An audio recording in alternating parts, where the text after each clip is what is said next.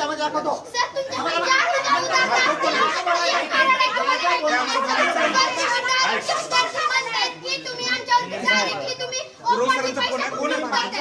बोलणं ऐकून घ्या, लक्षात घ्या. मी काय बोलतो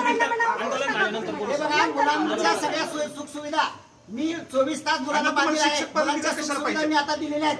आतापर्यंत मुलांच्या सुखसुविधा मी देत आलेलो आहे. तुम्हाला त्याचं उदाहरण घ्यायचं असेल, आज माझ्याकडे सर 2018 पासून हे बघा 2018 पासूनचे आज सगळे 2024 पर्यंतचे मुलांचे ओरिजिनल डॉक्युमेंट माझ्या मोबाईल मध्ये असतात. आणि मुलांनी रात्री 12 वाजता जरी मला डॉक्युमेंट मागितले तर ते मी डॉक्युमेंट मुलांना दिलेले आहेत. काही 2018 एप्रिल ओपन केला होता. प्रत्येक मुलाची यादी असते, तुम्हाला ती यादी पाहायला मिळेल. प्रत्येक मुलाची यादी पाहायला मिळेल.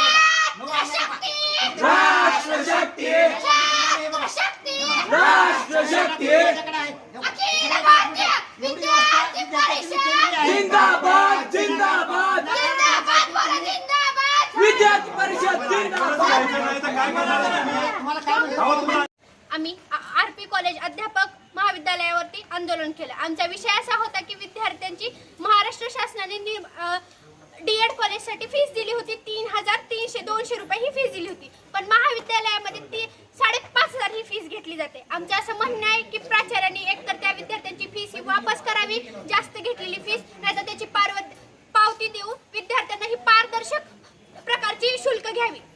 आज तुम्ही बघताय की विद्यार्थी हे किती गावातून मिडल क्लास फॅमिलीतून येतात, पण इथं डबल फीस घेतली जाते.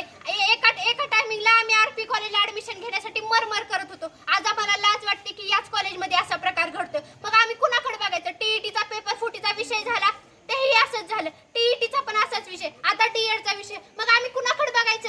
विद्यार्थ्यांना काही नाहीच का? म्हणजे त्यांना काही त्यांचं मत नाहीच आहे. आज विद्यार्थी गप्प असतात का? तर ते मिडल क्लास फॅमिलीतून, एकदम गोरगरिबांच्या घरातून, त्यांचा बाप 200 रुपये रोजानं कामगार करतो, ते विद्यार्थी इथं शिकतात. याचा अर्थ शिक्षकांनी त्यांना सेवा दिली पाहिजे, त्यांच्याकडून पैसे लूट करून घेतली नाही पाहिजे. आमची विद्यार्थी परिषदेची मागणी आहे की लवकरात लवकर त्याचा त्यांनी मोक्ष करावा. विद्यार्थ्यांची डबल फीस घेतली असेल तर ज्या विद्यार्थ्यांची गेल्या वर्षी डबल फीस घेतली त्यांना ह्या वर्षी मोफत ऍडमिशन द्यावं. आणि ह्या वर्षी ज्या विद्यार्थ्यांची फीस घेतली त्यांना एकतर त्यांची फीस परत करावी, नाही तर पुढच्या वर्षीसाठी त्यांना त्यांच्याकडून कुठलीही फीस नाही घेतली पाहिजे, अशी आमची विद्यार्थी परिषदेची मागणी. तुमच्याकडे काय जबाबदारी आहे? भार्गव म्हणजे अखिल भारतीय विद्यार्थी परिषद धाराशिव शहर मंत्री.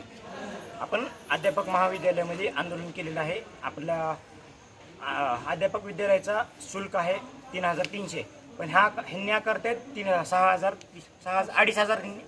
6,500 ह्यांनी शुल्क आकारलेलं आहे. ह्यांनी फक्त म्हणजे विद्यार्थ्यांच्या युनिफॉर्मची आणि वर्कबुकची अशी शुल्क सांगितलं आहे. पण त्याची पावती नाही, काय नाही, फक्त ते असेच हे करतात.